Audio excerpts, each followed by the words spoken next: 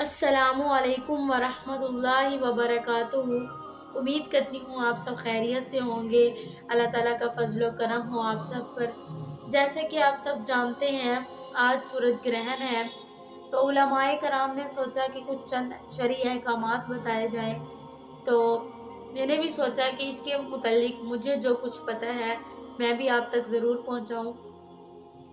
तो देखिए, नबी करीम सल्लल्लाहु अलैहि वसल्लम के दौर में जो मुशरिकीन लोग थे, अहले मुशरिक थे, वो सोचते थे कि सूरज ग्रहण जब कोई बहुत बड़ा दिन होता है, जैसे कोई बहुत बड़ी बात होती है, तो उस दिन सूरज ग्रहण और चांद ग्रहण होता है।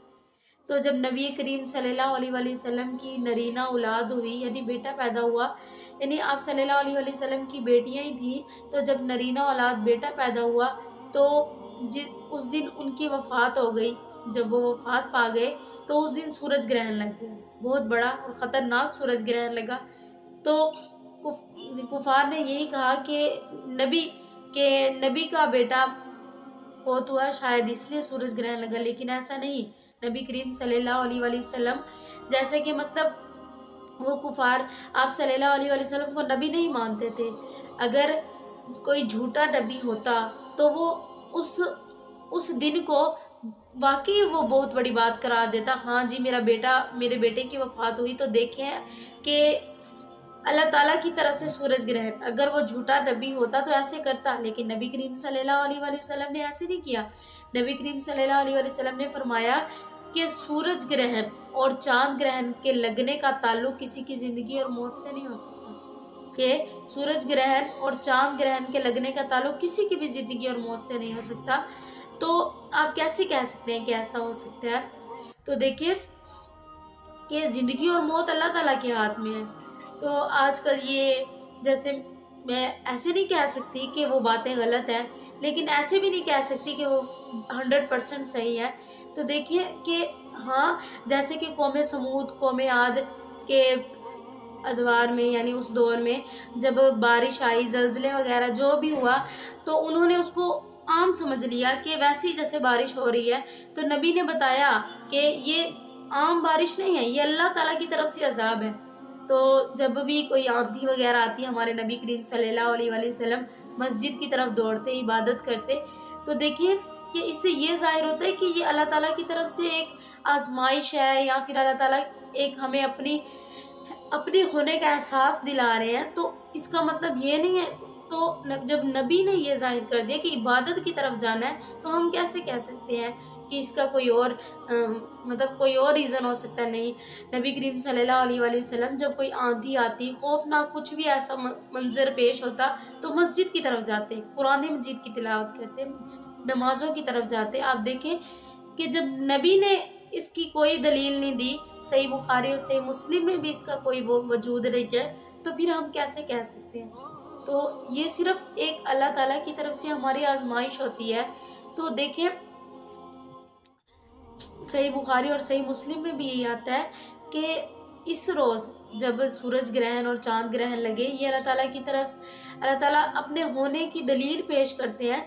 तो इसमें एक जिनके दिल में अल्लाह का खौफ हो, अल्लाह का डर हो, वो तो हर वक्त डरेंगे, वो तो हर वक्त डरेंगे।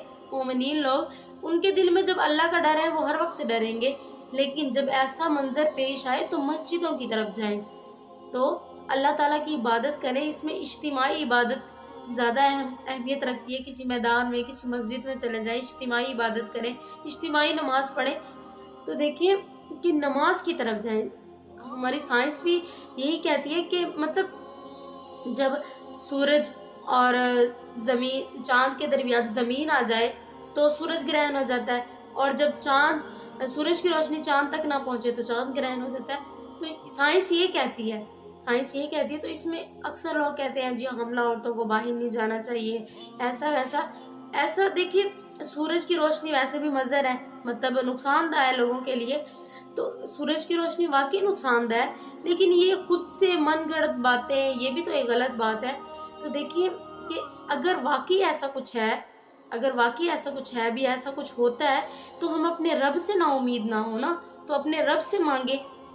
अब हमारा रब अगर हमें اپنے ہونے کی دلیل دے رہا ہے. ظاہر سی بات ہے ہم نے کچھ ایسا کیا ہے تو وہ اپنا وجود ہمیں دکھا رہا ہے نا، کہ ہم نے کوئی غلط کام یا پھر ہم گناہ کی طرف زیادہ ہو گئے ہیں کہ اللہ تعالیٰ ہمیں دکھا رہا ہے کہ کچھ ایسا کرو کہ تاکہ ہمارے دل میں اللہ کا ڈر پیدا ہو. جو مومنین لوگ ہیں ان کے دل میں تو ڈر ہے، ان کے دل میں تو ڈر ہوگا ہی.